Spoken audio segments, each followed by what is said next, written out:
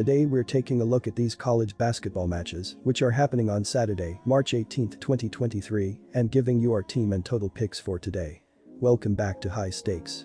Before we dive into our video, don't forget to subscribe and push that notification bell to get notified as soon as we release these sport prediction videos, and make sure to watch it till the end so you don't miss any of our picks. Also check out our Patreon if you want access our premium picks. Our Patreon is a way for us to help you improve your chances of making more money. You will find the link in description and comment section below. One more thing before we start, check out our new channel High Stakes Props and Parlays, where you can find our player props and parlay picks predictions. You will find the link in the description and comment section below. There's no doubt Indiana State has a superior offense and a decent defense. There are bright spots for USC Upstate, enough to put them in a good position against the spread. The Spartans block attempts on threes and block successful threes more than Indiana State and commit fewer fouls. Looking at trends is the real giveaway, though.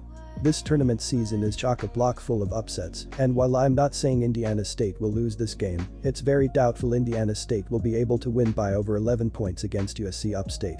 As good as Indiana State is, 4 of their last 5 games have been decided by a combined total of 9 points. The only game they have won by over 11 is a blowout game against basement dweller Evansville several weeks ago.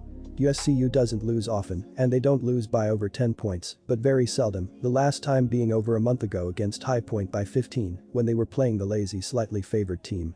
Go for USC Upstate to win this one. ATS Indiana State is a fast-paced team, ranked 34th in KenPom's adjusted tempo ranking, while USC Upstate is slower and ranked 145th nationally in adjusted tempo.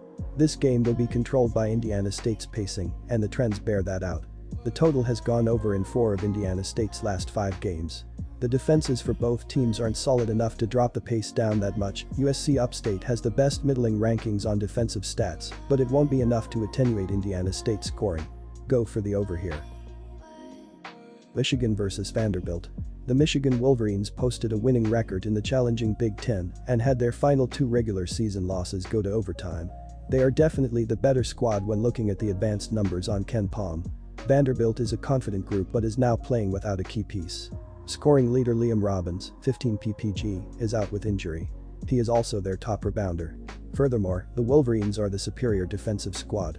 They are only conceding 97.8 points per 100 possessions, good for 54th in DI, while the Commodores are squandering 104.3 points per 100, pegging them 154th in the country. This is key as Michigan is clicking offensively, netting an average of 77 points in their last 5 games. Our team pick is Michigan Wolverines plus 1 point. Both of these teams have hit their offensive strides in March, with the Wolverines hitting the over in 4 of their last 5 games and the Commodores seeing the over go 6-2 in their last 8. Their relative paces of play are pretty average, with Michigan ranked 168 and Vanderbilt 198th in Pomeroy's adjusted tempo, out of 363 teams. The two schools are averaging a combined 153.4 points per game over their last 5 as well. These are trends that have held all season, with the squads having a combined 39-28-1 record for the over in total. I see no reason to abandon the train at this point. Our total pick is over 148.5 points. Furman vs San Diego State. San Diego State is a dangerous team, but they don't put up a ton of points and haven't been blowing out their more vigorous opponents as of late. The Paladins beat Virginia in round 1, despite looking terrible offensively through much of the first half. The confidence of Furman will be much stronger to start this game, and they are one of the best defensive teams in the country. 6 of the last wins of San Diego State have been decided by 6 points or less, and I will have to ride with Furman to at least keep this one extremely close and cover the spread. Our team pick Furman plus 6 picks. Even though I like Furman to play well in this game, the under is still the play. Virginia was able to hold Furman 13 points under their season total, and San Diego State may be able to do the same. The Aztecs have gone under the total in 9 consecutive games leading up to this matchup. Furman was not dropping 80 a night on teams like this. San Diego State likes to play slow on offense, their tempo is ranked 253rd in the nation. Furman plays faster, but they are still only 121st in tempo. Expect a relatively low-scoring matchup as these two battle for a spot in the Sweet 16. Take the under 137.5 points. Southern Utah vs North Alabama. This game should be a track meet for the most part, and while that says Southern Utah will have the advantage on paper, I'm not sure it is big enough to cover this number. For one, I don't expect North Alabama's offense to struggle as they did in scoring just 48 points in their last game. That was by far the lowest output of the year for the Lions, and after the only other 2 games they finished with under 60 points scored this year, North Alabama went 1-1 SU and ATS, scoring 78 and 87 points respectively. The Lions averaged 72.6 game to begin with, so hitting 80 plus isn't all that uncommon for them, and that should be enough for this cover. The fact that Southern Utah actually allowed more points per game, 76.9, than North Alabama did, 79.7, tells me to take the points, as it's just not a defense I can trust to win by a margin, especially when Southern Utah's average margin of victory as a favorite was just 4.2 points this year. Our team pick is North Alabama plus 8 points. There isn't much statistically that suggests we see much defense from either side, but an early 1 p.m. Eastern Standard Time start time can suggest we may see some sluggish legs to start if the shots aren't falling. Competitive juices may not be at their peak until late in the second half, when the result is on the line, and a total in the 160s is still a pretty high one for any neutral site game. Southern Utah was 3-6-1 OU this year when coming off a loss though, and North Alabama was 10-11 OU this year as an underdog. So the case isn't strong for an underplay going in, but some unfamiliarity between the two might bring some early tentativeness from both sides, and it's still a big number to ask to get this early in the day. Shots have to continuously fall to get up and over numbers like this, and there is enough working against that happening here that I'm willing to go low. Our total pick is under 164 points. Cincinnati vs Hofstra. The Pride have won 13 of their last 14 games. They are playing well offensively, scoring 85 points per game in their last 3 games, while making over 52% of their shots and 43% of their 3-pointers. They've also taken advantage of their opportunities at the charity stripe, making over 75% of their free throws during that span. They do a good job finding the open man and they're aggressive on the offensive glass, which will give them more scoring chances. They also do a good job protecting the ball at home and won't give the Bearcats a lot of easy scoring opportunities. A win here for Hofstra would mean a lot to the program and their conference, NCAA. The Bearcats usually play well defensively, but they struggled in recent road games, giving up at least 70 points in 5 straight road games, so expect them to have a hard time slowing down the Pride in this game. The Bearcats have won 3 of their last 4 games, but they've lost 4 of their last 5 road games. They usually play well offensively, but they haven't been as good on the road where they are scoring a little over 70 points per game. They've struggled at the charity stripe, making less than 67% of their free throws on the road. Their rebounding hasn't been as good on the road, so don't expect them to get a lot of extra scoring chances against the Pride. The Pride are VER7 good defensively, especially at home where they are holding opponents under 63 points per game, so don't expect them to have a hard time slowing down the Bearcats in this game. Go with Hofstra to cover the spread. Our team pick is Hofstra Pride plus 1 point. Both sides are coming off 80-plus point efforts, and while it took OT for Hofstra to get there, I'm fairly confident they aren't going to scratch shooting 57% from the floor again.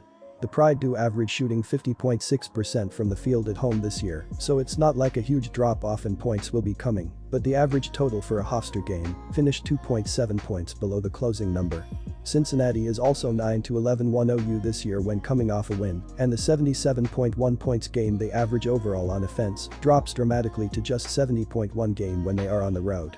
Motivation or lack thereof can be a talking point in the early rounds of the NCAA, but once the tournament gets going and the players start to smell that trophy that's up for grabs, a bit more defensive intensity and energy tend to always show up.